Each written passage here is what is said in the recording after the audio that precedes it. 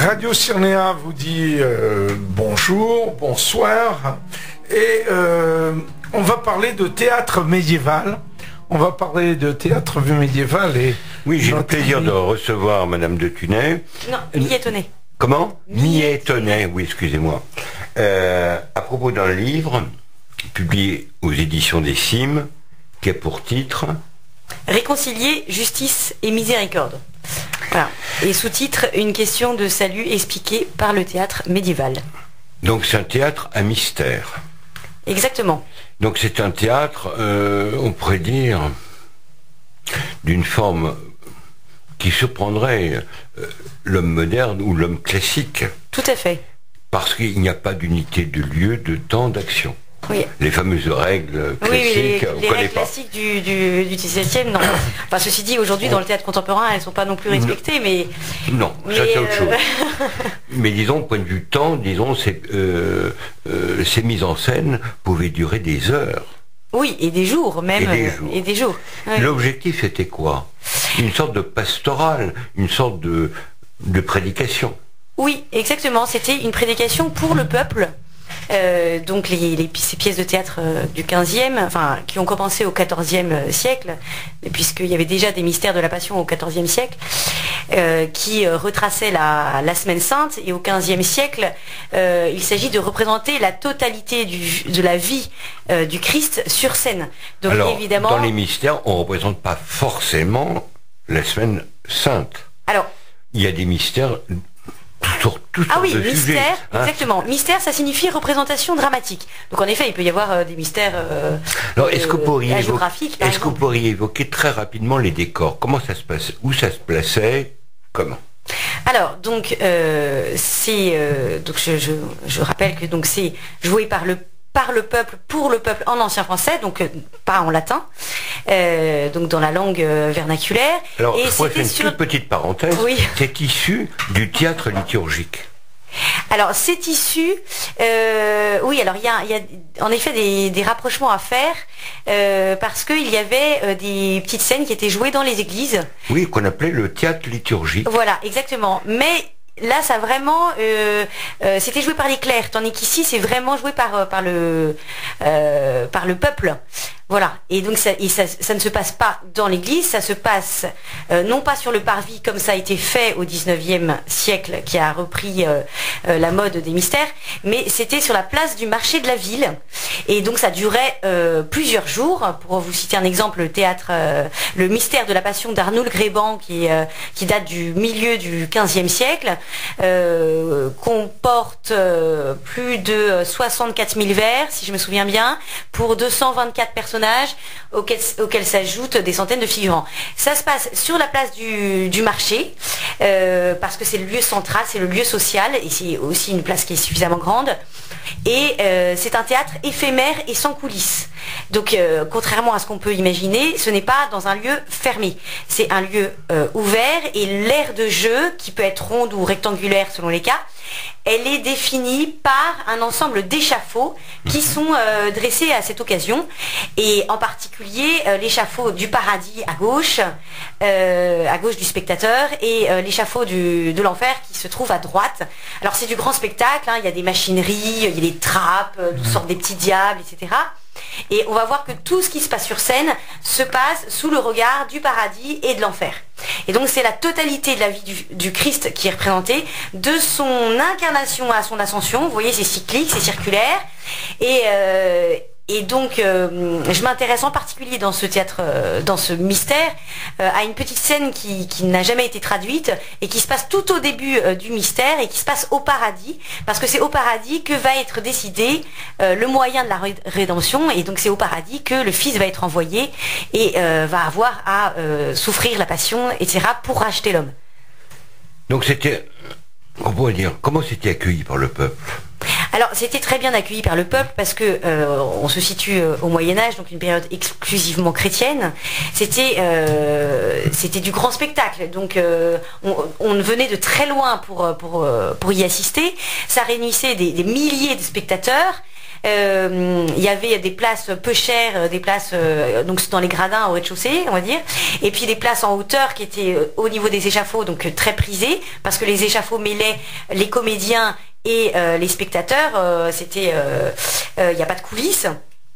Et c'est comment dire, très suivi parce que c'est l'histoire de la rédemption de tous, d'hier, d'aujourd'hui, de demain. Ça, cette pièce de théâtre en particulier, mais ça peut être d'autres sujets. Ça peut être d'autres sujets, mais c'est les mystères de la Passion qui sont les plus, comment dire, qui accueillent le plus de monde et qui sont les plus importants. Par exemple, les mystères hagiographiques, ça n'avait pas du tout cette ampleur-là, et c'était à l'échelle de la ville. Oui, ça dépend des régions. Oui, ça dépend des régions, mais les mystères de la Passion sont quand même les pièces les plus amples. Alors, il faut rappeler que le théâtre à mystère a été interdit plus tard, la Renaissance, par la Sorbonne, non pas par l'Église, mais par la Sorbonne. Enfin, ce sont des clercs. Hein. Alors, le prétexte, c'était quoi? Alors, le prétexte, enfin, qui est donné en tout cas dans l'arrêt du Parlement de Paris, je crois que c'est 1548, d'après le souvenir, c'est que les comédiens jouaient très mal, et c'était des ignares, ils faisaient des fautes, et finalement, bon, c'était très mal joué. Bon, ce qui était peut-être le cas, hein, tous les comédiens n'étaient pas parfaits. Mais l'autre raison aussi, qu'ils estimaient que c'était pas à des acteurs d'enseigner le peuple. Exactement, oui. Alors... Et ensuite, on verra ça un peu plus tard avec Boileau, par exemple, dans l'art poétique, qu'on s'interdit de toucher aux mystères chrétiens. Oui, sont tellement augustes, les mystères chrétiens, c'est réservé aux clercs. C'est réservé aux clercs. Oui, et alors, il est évident que, par exemple, si on prend la pièce d'Andromaque, l'arrière-fond est chrétien. Mais le dernier vraiment à faire des pièces qui ont des sujets chrétiens, c'est Corneille. Oui, parce que c'est vrai que, bon, on est quand même au XVIIe, pétri de culture chrétienne, c'est évident. Donc même quand on reprend un sujet antique, bon, évidemment chez Racine, c'est criant. Il y a le côté chrétien, donc pour Racine, janséniste, clairement. Et Corneille, lui, il s'affiche en effet avec des thèmes purement chrétiens et pas antiques. Oui. Mais ce sont des pièces d'ailleurs qui sont peu connues aujourd'hui. Oui, c'est vrai. Très peu. Alors, venons au texte que vous avez étudié. Oui. Qu'est-ce que vous avez retenu comme thème essentiel? Alors, le motif de l'incarnation. Oui, alors il y a évidemment... Est-ce que vous pourriez présenter un peu l'auteur de cette pièce? Arnoul Gréban. Alors, Arnoul Gréban, c'est un théologien. C'est vrai que les auteurs n'étaient pas n'importe qui non plus. Il est théologien, il est quand même assez reconnu. Ils ont écrit avec son frère aussi plusieurs pièces de grande ampleur. Et on se retrouve au Moyen-Âge dans une tradition qui est une tradition de réécriture. Donc c'est vrai que parler d'un auteur c'est compliqué parce qu'il ne cesse de réécrire et qu'il n'y a pas de droit d'auteur. C'est-à-dire que Arnoul Gréban, dans sa pièce du mystère de la Passion, réécrit en fait la pièce d'Eustache, attribuée à Eustache Mercadet, mais il la corrige, il l'amplifie et il l'affine au niveau de la théologie de la rédemption parce qu'il y met vraiment du saint Thomas d'Aquin. C'est ce que je veux dire, c'est très thomiste. Oui, exactement. C'est très loin d'Occam, donc le motif de l'incarnation, c'est... Alors, le motif de l'incarnation, alors moi, il n'y a pas que l'incarnation qui est travaillée, hein, mais il y a l'incarnation et puis le pourquoi de la passion. Enfin, c'est l'ensemble qui est travaillé et c'est vrai que l'incarnation, en fait, on montre en particulier dans la petite scène qui se passe au paradis avec une dispute, un débat entre les deux vertus divines de Dieu qui s'opposent après le péché originel, donc justice qui réclame la damnation de l'homme et miséricorde qui n'en peut plus en fait de voir que l'homme va peut-être périr et qui souhaite le sauver. On a toute la mise en place de la rédemption par l'incarnation d'abord parce que en fait, il faut que ce soit un homme qui sauve l'homme. Et d'un autre côté, il faut qu'il ait une puissance infinie pour racheter une faute qui est infinie parce qu'elle est envers Dieu infini, etc. Donc il y a toute une argumentation très thomiste. Oui. Oui, c'est vraiment... Mais à l'époque, au Moyen-Âge, ils aimaient les débats, ils aimaient les disputes, donc ils aiment les arguments, les contre-arguments. Donc pour nous, ça pourrait sembler rébarbatif, cette petite scène qui se passe au paradis juste après le péché originel. Mais c'est presque un écho de ce qu'on appelait au Moyen-Âge dans les universités la disputatio. Mais exactement, la dispute, c'est on ça. pouvait soutenir n'importe quel thème. Exactement, mais ils aimaient ça, et les procès, pour eux c'était passionnant. Enfin, il y a plein, même dans des farces, il y a un moment où il y a un procès, parce qu'ils aiment ça. Même dans la farce de Patelin, il y a un procès. C'est la disputatio, c'est vraiment quelque chose de familier chez eux.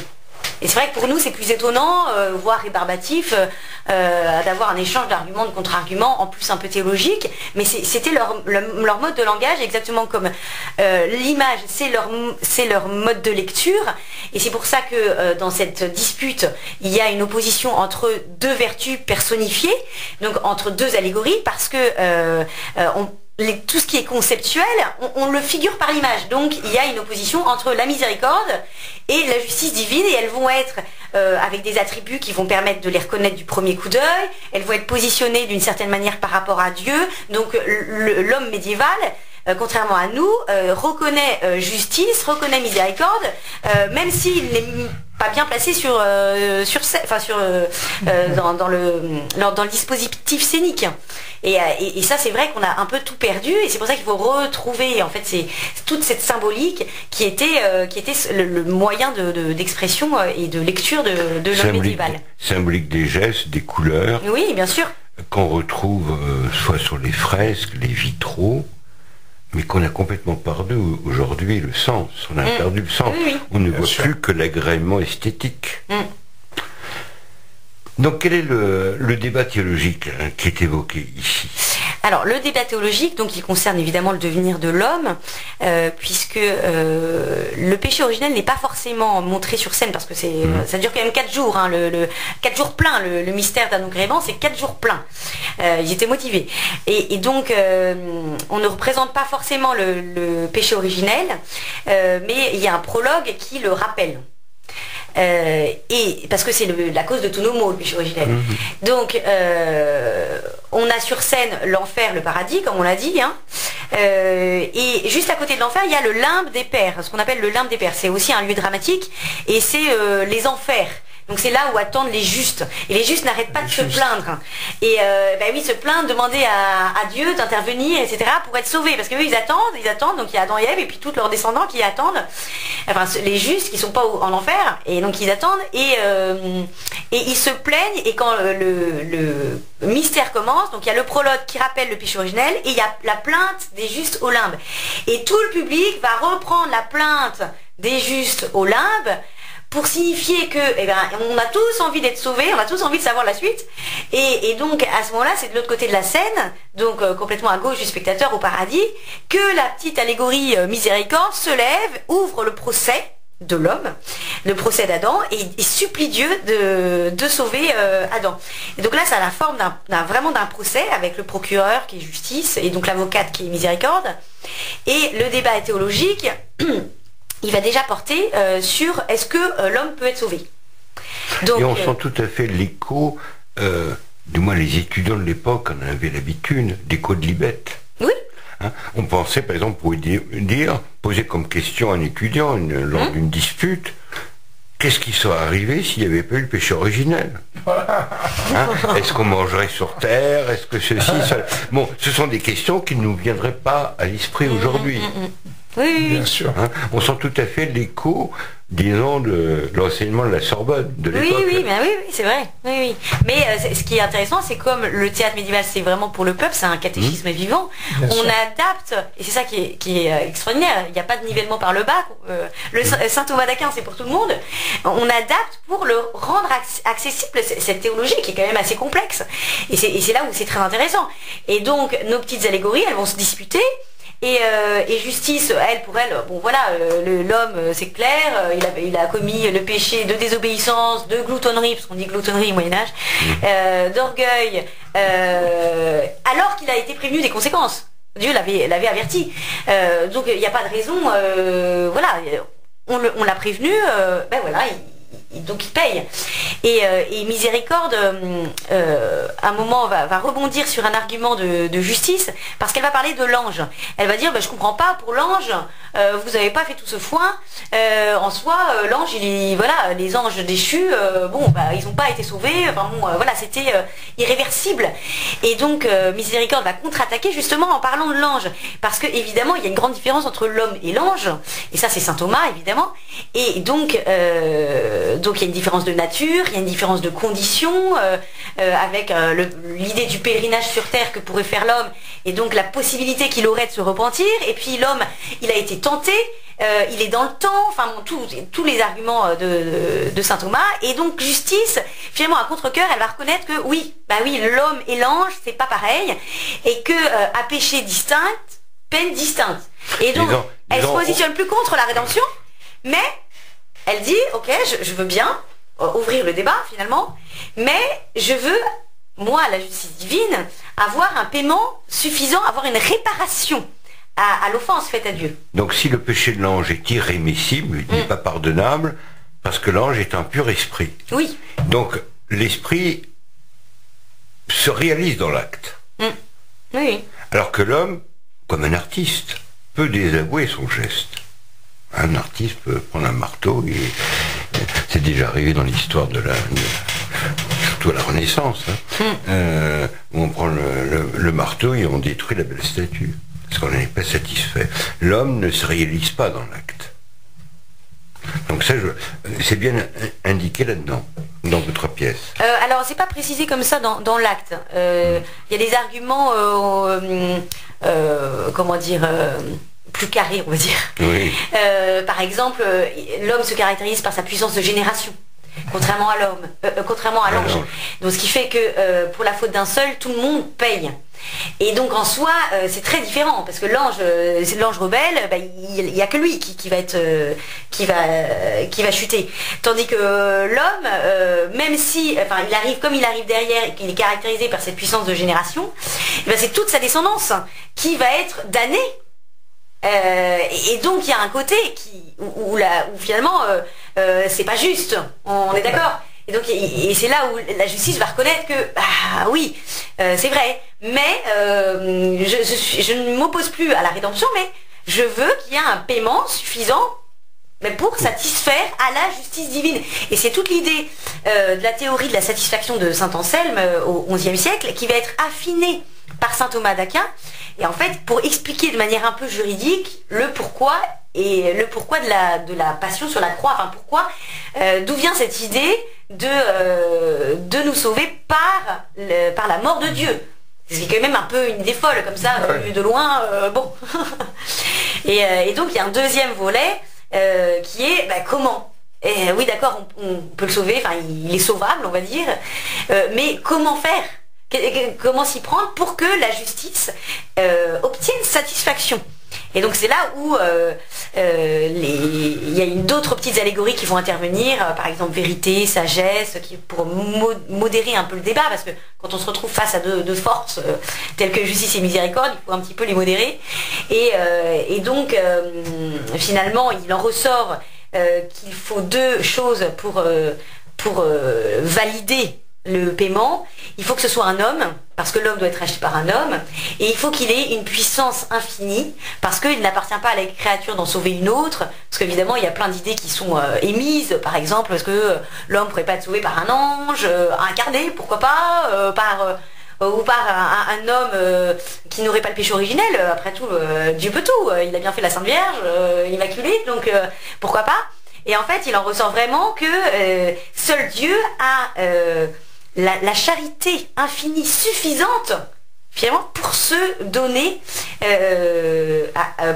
en sacrifice à sa propre justice. Enfin, c'est quand même un peu fou, mais en fait, finalement, dans le débat Dieu Trinité, parce qu'au début on le voit, Dieu Trinité, c'est le juge. Et le condamné à mort, à la mort éternelle, à l'enfer, c'est Adam. Et pour finir, à la fin du débat, les allégories s'accordent, parce qu'il faut bien les réconcilier dans l'idée. Les allégories s'accordent pour dire voilà, on a une bonne solution. En fait, c'est vous, le juge, vous-même, qui allez payer et mourir à la place du condamné à mort, ce qui est quand même un petit peu fou. Donc au début, évidemment, Dieu, il est un petit peu... Donc l'idée, c'est de montrer qu'en Dieu, justice et miséricorde ne sont que les deux faces de la même monnaie. Exactement, exactement. Et ça, c'est important à comprendre. Oui, c'est intéressant parce qu'aujourd'hui, on a tendance à toujours parler de la miséricorde et on oublie, on évince, alors que la craint aussi. Hein, la miséricorde, comme je pense à une pièce de théâtre, la Clémence d'Auguste, par exemple dans Cinna, ça peut être un geste de mépris, ça peut être un geste de pouvoir souverain, alors que là, c'est l'autre versant de la justice. Oui. Oui, et c'est vrai. C'est très important. Je pensais par exemple à cette pièce de Cinna, la Clémence d'Auguste. On peut l'expliquer, on peut avoir plusieurs lectures. Oui, oui, oui. Oui, la clémence, oui. Le thème de la clémence, c'est intéressant d'ailleurs en droit. Oui, bien sûr. Vous l'avez chez Sénèque et ensuite toute l'interprétation chrétienne. Et on voit très bien que le sujet n'est pas Corneille aujourd'hui. Mais il y a, comme dans votre pièce que vous évoquez maintenant, l'arrière-fond, la problématique chrétienne. Et en tout cas, pour la complémentarité de justice et de miséricorde, c'est vrai que le Moyen-Âge l'avait vraiment bien saisi, bien comprise. Peut-être que justement, ils étaient plus confrontés aussi à la mort, à l'idée du salut que nous. Mais dans l'idée du mystère, miséricorde a permis la rédemption, voilà, mais c'est justice qui nous a donné Jésus. Et sans justice, on n'aurait pas eu cette folie d'amour, en fait, cette manifestation de l'amour, cette surabondance d'amour demandée par la justice. Et on se serait encore planté, déjà qu'on se plante même avec tout ça. Alors, si d'un claquement de doigts, Dieu nous avait sauvés comme le voulait justice au départ, on se serait replanté de la même manière. Et qui est gratuitement donné. Oui, oui. Ce n'est pas un dû de l'homme. Absolument pas. Et c'est vrai que ce qui est intéressant dans la théorie de la satisfaction, affinée par saint Thomas d'Aquin, parce que c'était quand même très juridique avec saint Anselme, c'est que saint Thomas d'Aquin replace la charité comme moteur et fin de la logique de satisfaction. C'est-à-dire qu'à partir du moment où il y a l'idée qui germe de substitution pénale, on va dire, en fait c'est pas simplement il porte tous nos péchés et puis il paye pour nous. C'est que c'est pas le bouc émissaire. C'est pas exactement, c'est pas l'idée. C'est que en fait, ce que justice veut, c'est pas du tout comment dire, c'est pas du tout, elle est pas cruelle. C'est pas la déesse cruelle. Hein, elle veut en fait une offrande d'amour qui va racheter tous nos manques d'amour. Donc en fait, il faut se situer sur le plan de l'amour. Et donc ce qu'elle veut, c'est pas les souffrances du Christ, c'est la manifestation de l'amour c'est l'amour qui se manifeste par cette extrémité qui est la souffrance. Et on peut dire que c'est une vision très équilibrée. Ah oui, c'est vrai que c'est très équilibré. On compare par exemple avec les réflexions par exemple de Calvin, la double prédestination. Oui. C'est terrible. Oui. Hein, on en est très éloigné. Ah oui, complètement. Et c'est vrai que quand on parle de substitution pénale, c'est pour ça que j'essaye de pas trop accentuer sur le côté pénal, parce que les protestants, en fait, se sont emparés un peu de ça. Mais ils ont complètement perdu l'idée de charité. Mais alors, ce qui est amusant, qu'ayant été dans un excès, ils ont tout abandonné aujourd'hui. Alors là, oui, c'est très curieux. J'ai pas bien compris. On donnerait par exemple aujourd'hui à un calviniste les pages de Calvin sur la double prédestination, il serait effrayé. C'est bizarre. Alors après, moi, je maîtrise pas du tout l'évolution du protestantisme, mais c'est vrai que c'est équilibré. C'est complexe, mais c'est équilibré. Voilà. On arrive à la fin de l'émission, il faudra revenir. Ah oui. Est-ce que vous voulez montrer en quoi ce texte est important pour comprendre l'homme médiéval? Ah, alors là, si vous me posez une colle, pour comprendre l'homme médiéval, je dirais que Et on comprend l'homme déjà, on comprend l'homme chrétien pour qui le salut c'est sa vie et qui ne pense qu'à ça. Enfin, vraiment, quand il va au mystère, il voit l'histoire de son propre salut. Et puis, ça aide à comprendre aussi toute sa perception symbolique. Tout ce qui est symbolique. Le théâtre, c'est la vue, c'est la vision. Et donc, tout passe par l'image. Et donc, pour comprendre le médiéval, il faut comprendre l'image et il faut comprendre la chrétienté. Et je pense que sinon, on manque tout. Il faudra revenir justement pour parler de la symbolique médiévale. Oui, bah volontiers. Voilà. À très bientôt. Merci beaucoup. Radio Cyrnéa vous dit à très très bientôt.